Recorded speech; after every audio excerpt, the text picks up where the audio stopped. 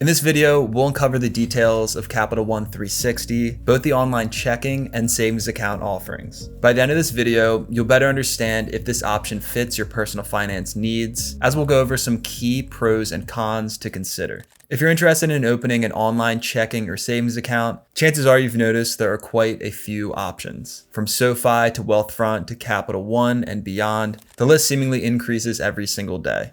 In all honesty, these options are all relatively similar to one another, but there are a few key differences to consider. And really, there are more aspects to these banking options beyond simply the APY they offer. Now, to save time in your decision making, we've done the research ahead of time for you, so really just make sure to listen closely to this video. Before diving into the pros and cons themselves, let's first look at what this option offers. For background, Capital One is a trusted commercial and retail bank, which originally started as a credit card company. Chances are you're familiar with some of these card options.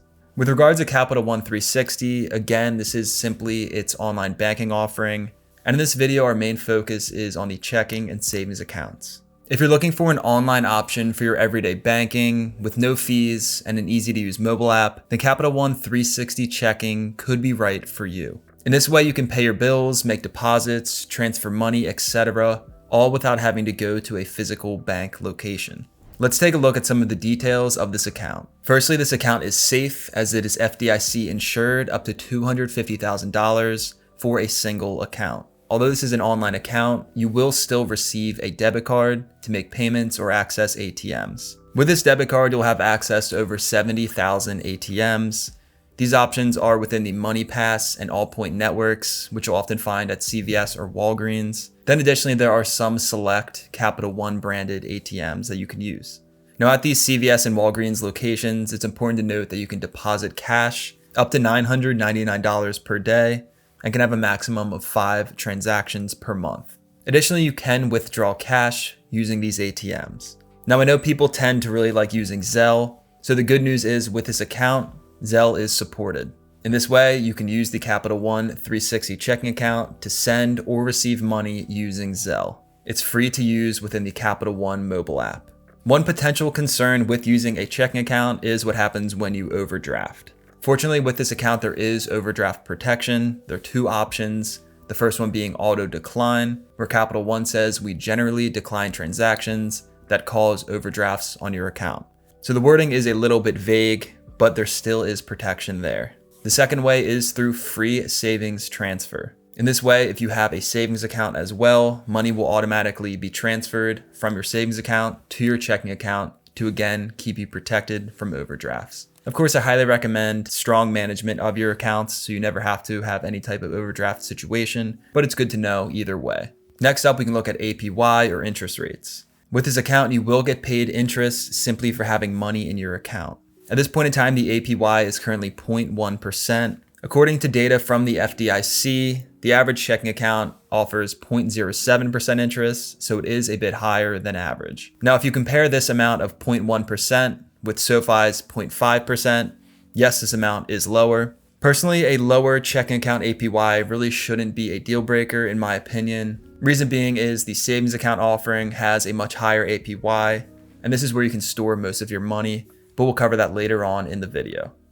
This next perk could really be the biggest thing to consider, as it's something that's rare for online banks and really helps Capital One stand out from competition. Now, this special aspect about Capital One is having select physical locations. Generally, these online bank offerings are really just online only. With regards to physical locations, there are Capital One branches, and they also have Capital One cafes. There's actually one of these about 5 minutes from where I live in the city. It's a great place to read a book, work on your computer, grab a coffee, where you can access ATMs or speak with Capital One team members. Although there are these physical locations, keep in mind that the frequency of these is relatively low. So if you're used to a traditional brick and mortar bank where there might be a few options in your town, with Capital One, you'll really want to look on the map on its website to see if there are any near you. Many states in the US do not have any Capital One locations at all.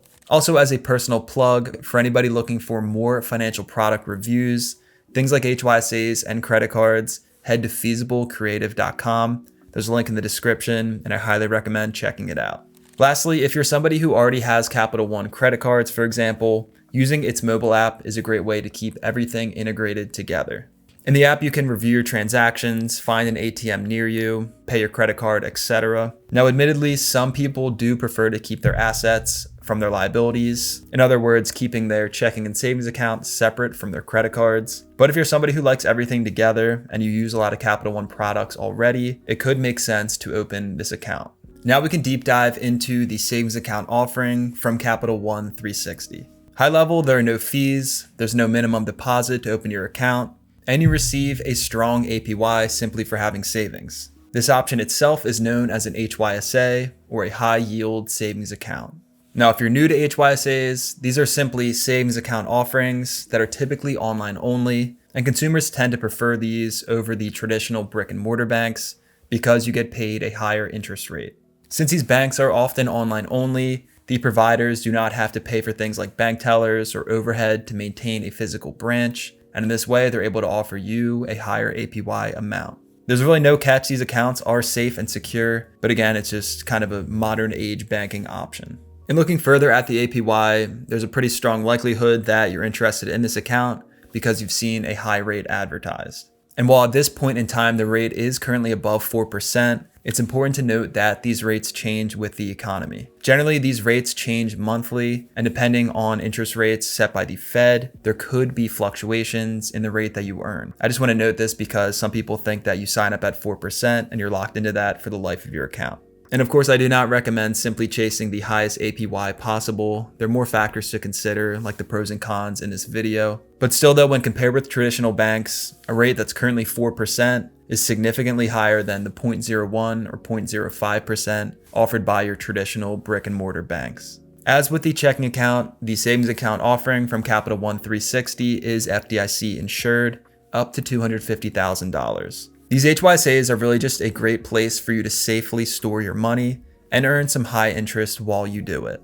So if you have a bulk of money in an emergency fund, or if you're saving up for a house or a car and you need that money to be safe and secure, it does make sense to use an option like Capital One 360 Savings. The last piece I want to touch on with regards to HYSAs is that you will more than likely have to pay taxes on the interest you earn. The IRS considers this interest as taxable income, so just keep in mind that during tax season, you will have to pay a little bit back. So generally, if you earn more than $10 in interest, you will have to pay taxes on that amount.